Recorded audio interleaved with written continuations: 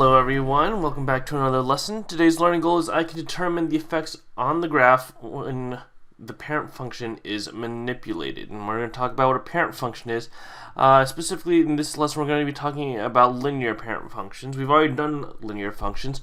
We're going to talk about what a parent function is. So, the linear parent function is also the most basic linear function and is shown on the graph to the right here. Okay, so here we have a line that goes through 0, 0, so the y-intercept is 0, and the slope is 1, and the equation for this, therefore, is f of x equals x, or y equals x. The parent function can be transformed or changed by adding and subtracting values to the function or its input values. So first off, we're going to be dealing with transforming by adding something to f of x. And when we add something to f of x, it is translated vertically. Okay, and we've seen that because we've changed. We said that in slope-intercept form for the linear equations, y equals mx plus b. The b is the y intercept, right? So here we're just really dealing with y equals x plus b. We'll add the m later on, but so here a plus d will shift the line up d units, while minus d will shift the line down d units. So here it says describe the functions in 1 and 2 and how they relate to the parent function f of x equals x, which is y equals x, right? The same thing, y equals x. One's written in function notation, one is just written as an equation.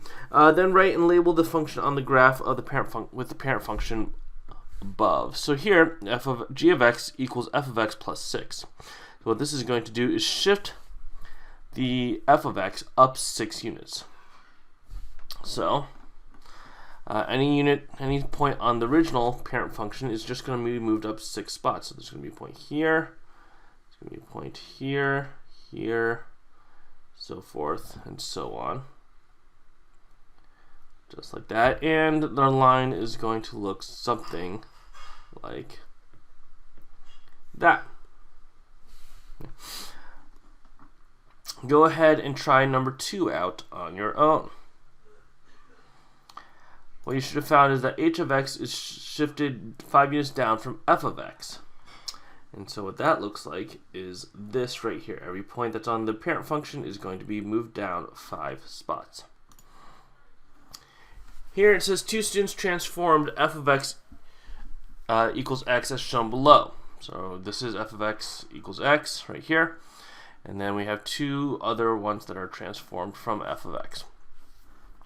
Luis graphed g of x equals f of x minus 4. Label Luis's line g and explain your choice.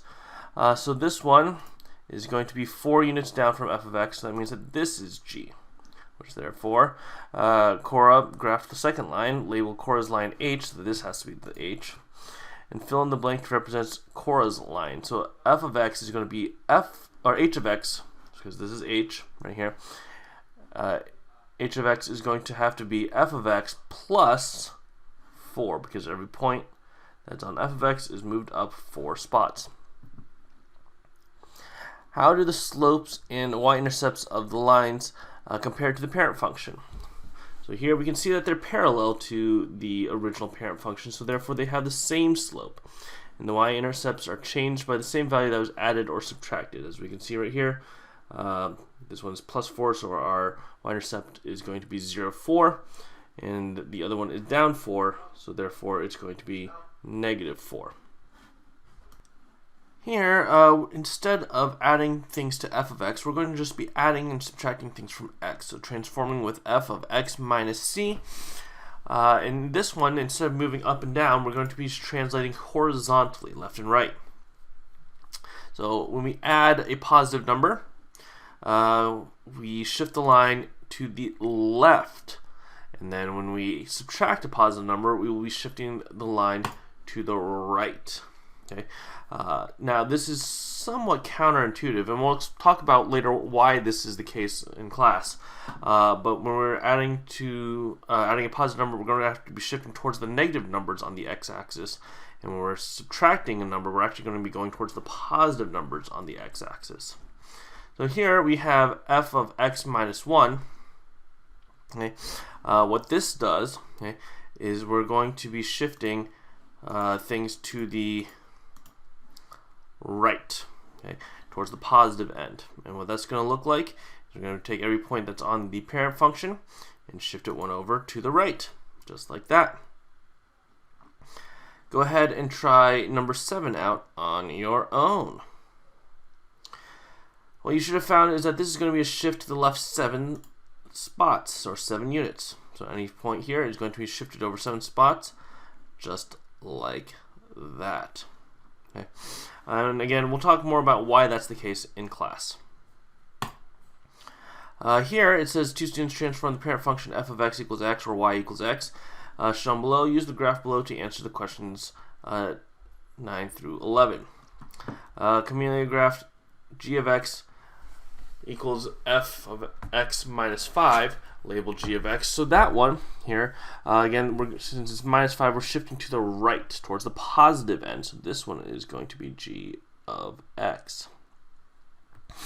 Ike graphed the other line, which he called h of x, and give the equation for the line as a horizontal transformation of the equation below. So this is going to be h of x, and here we shifted this way toward to the left, and so this is going to be plus 5 because we shifted 5 units to the left. How do the slopes and x-intercepts compare to the student's lines compared to the parent function? Again, we can see that these all have the same slope, and the x-intercepts are going to be how much we added or subtracted horizontally. The x-intercepts changed by the same value that was added or subtracted.